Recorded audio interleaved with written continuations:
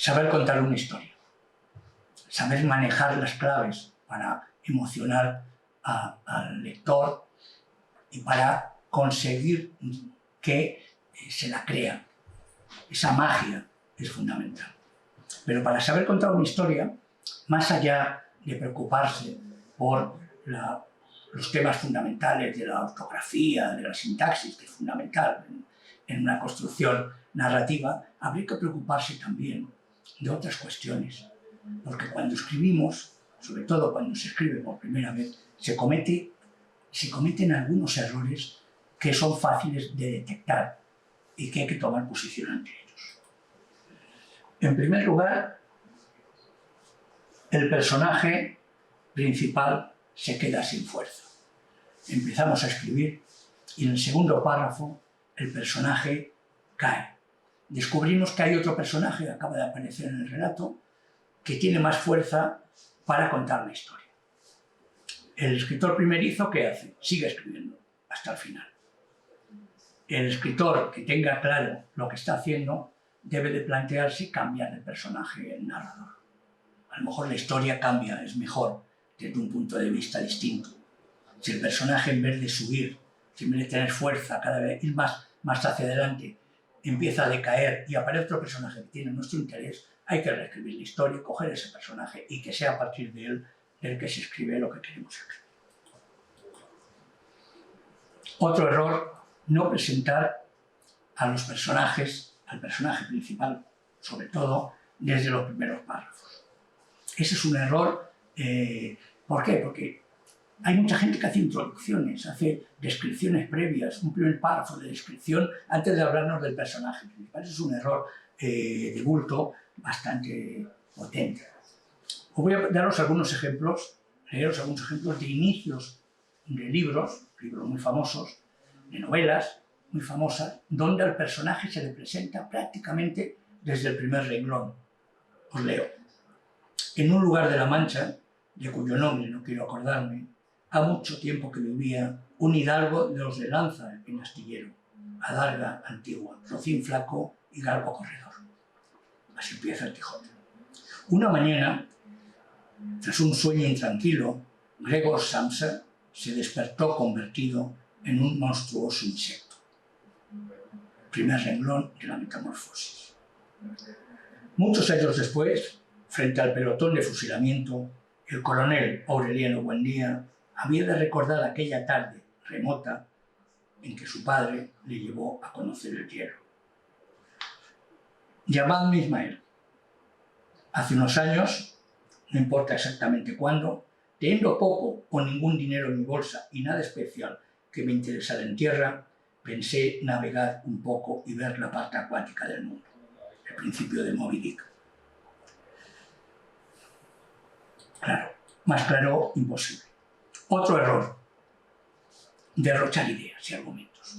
O sea, en vez de seguir una sola peripecia, en vez de seguir una sola historia y poner el énfasis, la dramatización en algo, queremos demostrar, como escritores primerizos, que tenemos muchas ideas, que sabemos mucho de muchas cosas. Y entonces, en el relato lo llenamos de ideas y argumentos cuando lo que hay que hacer es tener una idea clara y un argumento preciso para hablar de un tema.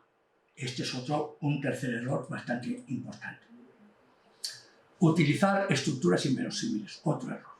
Mucha gente piensa que, bueno, esto es muy sencillo, ¿no? Es una sola trama, es muy sencillo, el personaje actúa de forma temporal, empieza en un sitio y 2 horas después acaba la historia. En fin, es muy simple, esto no demuestra que no somos muy inteligentes, que no somos. Entonces vamos a inventarnos estructuras ilógicas, inverosímiles, para demostrarlo esto que somos. Esto es un error. Si una historia tiene fondo, si una historia tiene fuerza, tiene algo que contar, si alguien tiene algo que contar, hay que usar la forma adecuada para contarlo. Un error es no tener un esquema general, no saber lo que va a pasar. A veces se dice que los relatos empiezas a escribir y no sabes cómo va a terminar. Eso es un error. Hay que tener un esquema de lo que vamos a contar. Puede ser un esquema en la cabeza, pero lo mejor es escribir unas líneas. Tampoco cuesta tanto, unos guioncitos, una especie de escaleta, ¿no? De esqueleto de lo que vamos a escribir. ¿Para qué? Para saber cómo empieza y cómo acaba, sobre todo, la historia. Porque, ¿cómo diría? Hay dos tipos de escritores, como os he dicho siempre. El escritor de mapa y el escritor de brújula. El escritor de mapa empieza en un sitio y necesita conocer las cosas que van ocurriendo para llegar al final, pero el final lo tiene previsto, dónde va a llegar. El escritor de brújula está aquí, el sitio donde parte, sabe el punto de partida y conoce el punto final de llegada. Pero va con la brújula guiándose, no marca se deja más libre para que ocurran cosas que le conduzcan al final. El problema es que todo lo que ocurre tiene que estar en función del final del relato.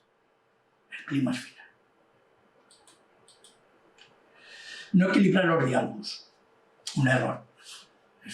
Hay que equilibrar los diálogos y la descripción y el texto narrativo tienen que estar vinculados, tienen que estar organizados, equilibrados. No puede haber un exceso de diálogos, varias páginas, y no puede ser que haya a lo mejor una página de párrafos muy densos y luego todo se convierta en diálogo. Aquí no hay reglas, evidentemente hay grandes relatos que son prácticamente diálogos con pequeñas acotaciones, incluso sin acotaciones. Hay relatos donde no hay diálogos, por lo menos no hay diálogos directos de guión. Hay de todo, pero si te decides escribir un relato donde haya diálogos y donde los personajes hablen, tienes que equilibrar y tienes que hacer que sean precisos, no poner cosas que no interesan, no repetir en el diálogo lo que ya has descrito en el texto, en la narración. No se puede hacer redundancias, es un error muy grave. Repetir. No ensayar comienzos diferentes. Yo creo que la escritura, muchas veces nos enamoramos de lo que escribimos, ¿no? Estamos escribiendo, nos gusta mucho el principio, el arranque, ya tenemos el relato más o menos encarrilado, o incluso tenemos ya un primer borrador escrito una vez. Bueno, y resulta que no probamos otros inicios, otros comienzos del relato. Eso es un error.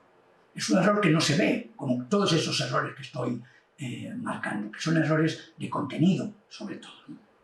Sería bueno ensayar principios diferentes. Es un error no plantear el clímax desde el principio, el clímax final, el momento final del relato. No, es un error. No plantearlo, no planearlo, no organizarlo para llegar hasta ahí. Lo cual no quiere decir que en un momento determinado cambies de idea a mitad del camino. Evidentemente es una obra creativa, pero saber hacia dónde vas, tener ese final, ese clímax, ese momento cumbre del relato, ese cambio eso que hace que el relato se eleve, ¿no? Es un error. No puedes decir, no sé a dónde voy, no sé qué quiero, hasta dónde quiero llegar. Otro error, detener la escritura demasiado pronto. Detener la escritura demasiado pronto. O sea, es que estás tan enamorado de lo que has escrito que ya una vez que lo has terminado, has llegado al final y corriges un poquito, revisas un poco y dices, ¡guau! ¡Qué maravilla!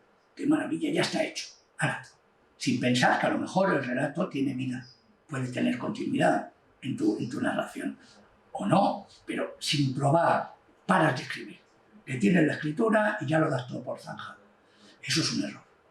Yo en muchos casos, en talleres presenciales que hemos podido hablar, se ha hecho el ejercicio de sigue escribiendo un poquito más, a ver qué pasa. Sí, el relato ha acabado aquí, sigue escribiendo. Y los resultados a veces han sido estupendos. Mejores todavía que el trabajo principal. Primero. Tomarse demasiado tiempo para repasar. Esa es otra de las cuestiones. Escribes el relato, lo tienes acabado y venga a reescribir y a repasar, como si fuera el fin del mundo. Hay que partir de la base que los relatos son todos imperfectos, que no pueden ser maravillosos a la primera. Hay que corregir, hay que revisar, pero llega un momento que tienes que decir basta, porque si no, entonces vas a ser el autor de un solo relato o una sola novela toda tu vida. Eso es una locura. Es mejor aceptar nuestras limitaciones y una vez corregido, repasado suficientemente el texto, dejarlo.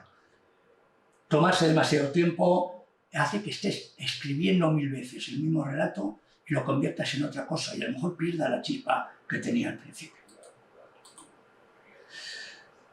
No dejar descansar una historia una vez escrita.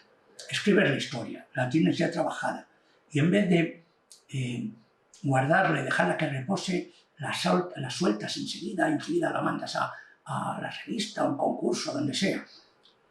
Los relatos, las historias tienen que descansar, hay que darles un plazo. Una vez escritas hay que olvidarse de ellas, hay que ponerse a escribir otra cosa. Y luego, al cabo de un tiempo, volver a ellas, leerlas desde la distancia del tiempo y revisar y mejorar aquello que vas a ver ahora, porque mientras lo estás escribiendo no lo estás viendo. No vemos nuestros errores, porque la cabeza tiene el relato interiorizado al cerebro, entonces no lo vemos, tiene que verlo otra persona ajena, ¿no?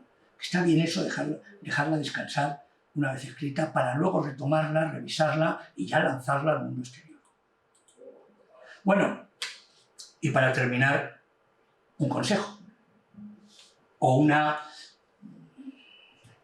reflexión.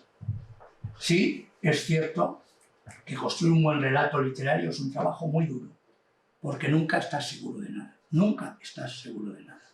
Ernest Hemingway, en el final, el folio final, la página final de Adiós a las almas, antes de que le gustara, antes de que se diera por vencido de que eso era lo que él quería escribir, la escribió 39 veces. 39 veces.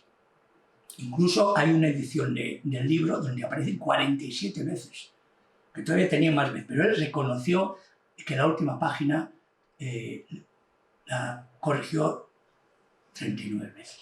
Yo creo que esa es una buena enseñanza cuando hablamos del trabajo de la escritura. Y nada, bueno, encantado de estar con vosotros, aunque sea online, que lo escribáis bien.